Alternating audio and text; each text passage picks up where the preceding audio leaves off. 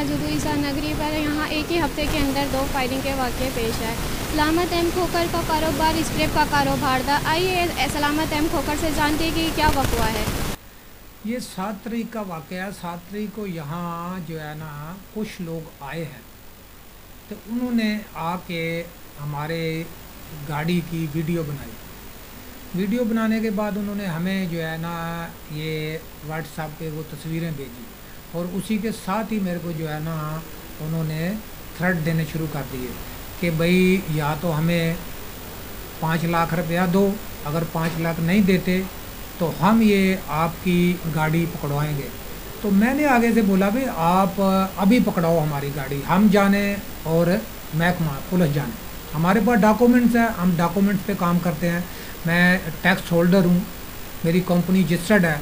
तो जब इतनी बातें हुई तो उसके बाद उन्होंने फिर मसलसल मेरे को थ्रेट देने शुरू कर दिए। बीच में जो है ना गाली गलौज की और ये किया हम जान से मार देंगे। और उसके बाद फिर आए हैं यहाँ आके इन्होंने फायरिंग की है। फायरिंग करने के दौरान जो है ना वो जो है ना बीच में जो है ना ऐसे हुआ, जब फायरिंग हुई उस दौरान ये हमारी गाड़ी जो लोड होके जा रही थी, जैसे ही रोड के ऊपर चढ़ी है तो उन्होंने गाड़ी छीनने की कोशिश की, लेकिन मेरे ड्राइवर ने इनसे मजम्मत की, दरवाज़ा नहीं खोला। उसने एक दफ़ा खोला और दरवाज़ा दोबारा मारा तो ये जो एक डाकू था जिसका इस टाइम मेरे को नाम याद नहीं, लेकिन जो इनकी सरबराही कर रहे हैं उनके नाम ये हैं आसफ खटक, गनी खटक, सलीम खटक, और इसके साथ 8 से 10 लड़के और हैं जिनके अभी हमें सब के नामों का पता चल गया। ये जो हमने डीआईजी साहब को एप्लीकेशन दी है, एसएसपी साहब को एप्लीकेशन दी है, उन एप्लीकेशनों में हमने इनके नाम दर्ज किए हैं, क्योंकि ये पहले 2012-11 में भी इनके यही काम थे। उस टाइम भी ईसा नगरी में 2012 में एक लड़का, उसकी इजी लोड की दुकान थी, उनको इन्होंने लूटा, लूटने के दौरान वो लड़के का मर्डर कर दिया, और यही ग्रुप था उसमें। उस टाइम के ये जो ग्रुप के लोग थे उसमें बहुत सारे जो है ना, बाद जब ऑपरेशन चला तो ये तकरीबन उसमें से 50% लोग मारे गए।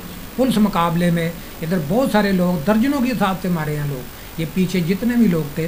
लेकिन इसमें हमारे सब लोग जो रहते हैं पीछे ईसा नगरी में, दूसरे जो है ना साथ करनाल बस्ती में, बनेरी पाड़ा में, मकासा में, सब लोग बेचारे गरीब, हम परेशान हैं इनसे। अभी फिर ये 8 से 10 लड़कों का ग्रुप है जो जिसने सबको परेशान किया है, और पुलिस इनके खिलाफ कोई कार्रवाई नहीं कर रही। तो हमारी ये रिक्वेस्ट है आईजी सिंध से, डीआईजी ईस्ट से, एसएसपी ईस्ट से और रेंजर से और तमाम महकमों से, बराए मेहरबानी करके इनके खिलाफ भत्ता जो हमारे से मांगते हैं, जो डकैतियाँ करते हैं।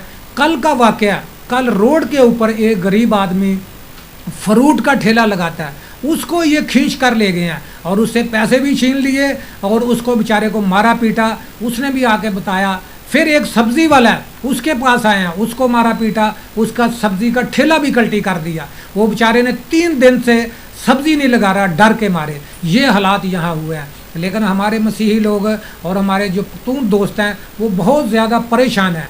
हमारी ये रिक्वेस्ट है कि इनके खिलाफ जो है ना कानूनी कार्रवाई की जाए, इनके खिलाफ एफआईआर काटी जाए, जैसे पहले 2012-11 में हुआ है। इसमें कई एफआईआर कटी और फिर जाके गरीब आवाम की इनसे जान छूटी। ये जो गोलियों के कॉल पड़े हुए हैं जी, ये वहाँ उस दिन ये जो है ना 4 लड़के आए हैं, 2 लड़के आगे आए हैं, उन्होंने आके फायरिंग किया, और जो पीछे 2 पोजीशन पे खड़े हुए थे, जैसे ही इन्होंने फायरिंग की है और मोटरसाइकिलें भगाई हैं, तो जाहिर है जब ये वापस भागते हैं तो फिर लोगों की आदत है कि उसके पीछे भागते हैं। लेकिन जब लोग पीछे भागे हैं तो उतनी देर में जाहिर है इनके पास 1-2 मोटरसाइकिलें थी, ये भाग गए। और ये खोल जहाँ इन्होंने फायरिंग की वहाँ से ये 5 खोल जो है ना पड़े हुए हैं। उसके इनकी फिर जो है ना सबसे मेन बात है कि हमारे कैमरे लगे हुए हैं, अंदर कैमरे लगे हुए, कैमरों में ये महफूज हो गई और वीडियो बनी हुई है इनकी, जैसे ये आए हैं, जैसे ये भागे हैं। और ये जो गोलियां हैं इनकी, जो पहले दिन इन्होंने कार्रवाई की है, ये जिस टाइम इन्होंने गाड़ी छीनने की कोशिश की उसकी वीडियो बनी हुई है। ये सब वीडियो जो है ना हम जो है ना हमारे पास महफूज है। हम जब हमारे से गवर्नमेंट मांगे तो हम पेश करने के लिए तैयार होंगे।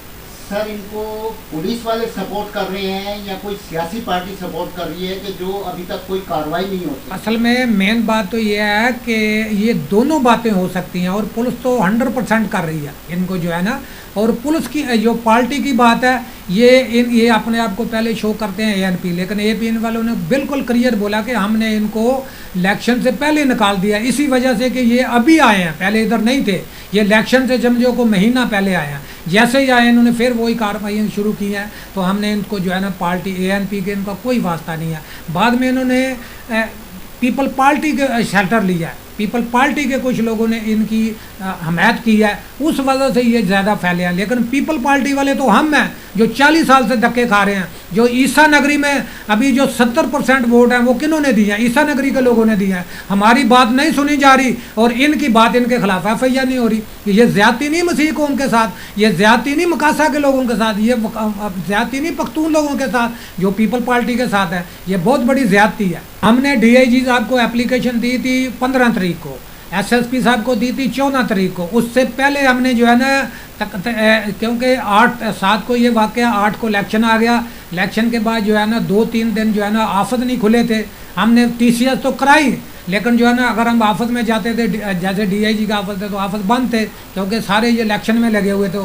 तो हमने देखा कि चलो अभी जो है ना इलेक्शन के बाद करते हैं। इलेक्शन के बाद जैसे ये टाइम है तो उन्होंने दोबारा कार्रवाइयाँ शुरू कर दी हैं, इधर फायरिंग कर दिया आके लोगों को, हमें जो है ना थ्रेट करने शुरू कर दिए। थ्रेट तो मुसलसल मेरे पास कम से कम जो है ना इनकी कोई 20 से 25 कालें आई हुई हैं। पहले तो मैं इनकी कालें सुनता, बाद में मैंने सुनना बंद कर दी। और यही लोग कर रहे हैं, जिसमें आसिफ खटक है और ये गनी है और सलीम है। ये उस दिन जो वाक़या हुआ है, उस वाक़या में ये ज़ख्मी भी हुआ है, और वो ज़ख्मी जो हुआ है उसकी भी जो है ना अभी तक उसके ख़िलाफ़ मतलब ज़ख्मी बंदा उसको भी नहीं पूछ रहे भाई ये कैसे हुआ। ज़ाहिर है जब मुकाबला होगा, कोई बात होगी तो ज़ख्मी बंदे हो जाते हैं, उससे ऊपर कोई पुलिस कार्रवाई नहीं करती।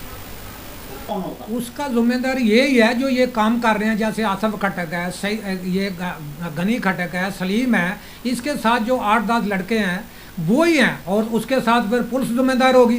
क्योंकि पहले भी ऐसे हुआ था, 2012 में हमारे इधर 5 लोग मर्डर हुए हैं, 5 लोग, जिनका नाम, एक का नाम फैसल था, एक का नाम यूसुफ था, एक का नाम जुल्फकार था, एक का नाम रफ़ी था और एक का नाम नासर था।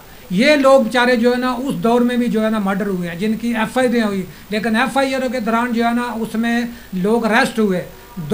एक मौके पे पकड़ा गया था जिसने फैसल को उसकी दुकान पे आ रहा था, और दूसरा जो है ना पुलिस ने पकड़ा, और तीसरा उसमें जो है ना 6 लोग थे, लेकिन 3 लोग नॉमिनेट थे और 3 लोग नामालूम थे। क्योंकि जो 3 थे उनके नामों का पता चल गया था। वो बाद में 2 पकड़े गए, एक अभी तक नहीं पकड़ा गया। जो पकड़े गए वो बाद में कुछ टाइम के बाद जमानतें हुई, बाहर आए।